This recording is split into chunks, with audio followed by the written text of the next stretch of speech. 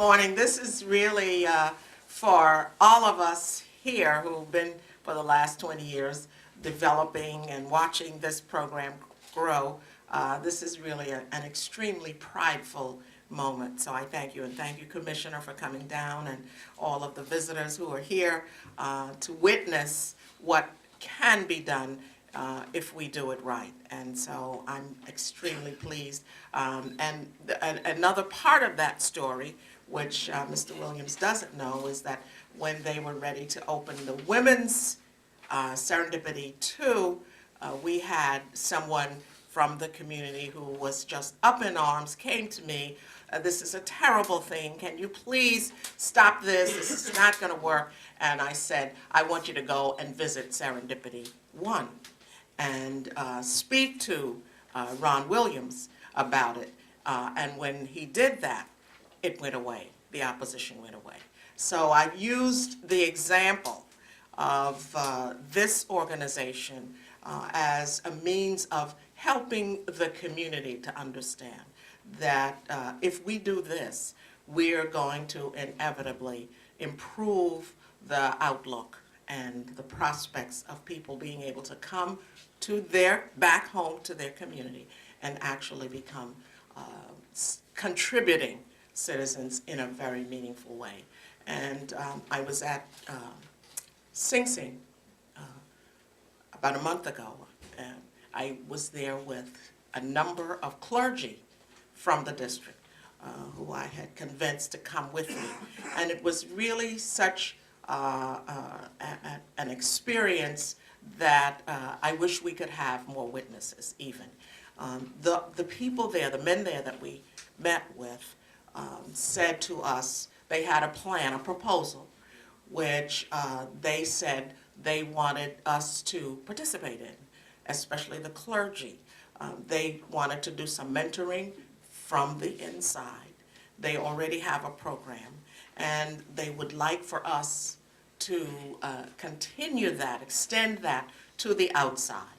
And their main purpose is to prevent other young people from coming into that situation that they were in. They wanted to give back to the community while they were still inside. So there's a lot of potential. We have so many people who are actually who could be the brain power for communities on the outside, especially as we grapple with some of the difficult issues that we do in communities, especially for young men of color, and that's mostly who's incarcerated.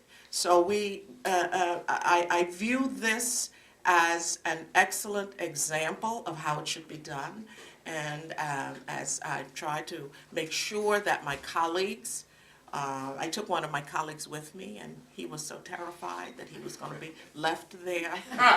So he was hanging on to the ministers. He doesn't even go to church, but that day he was with them. So little by little, this is an educational process, and you, because of the example being set here and the work that you've done, makes it possible for us to begin to look at this as a policy that we all should be very committed to, because this is the way we're going to save our community. So I thank you. I throw back to you your compliments and commendations, because it's been your example that I've used over and over, and I advocate for more and more, because I know how important it is. So thank you, and thanks to all of the people who make this possible.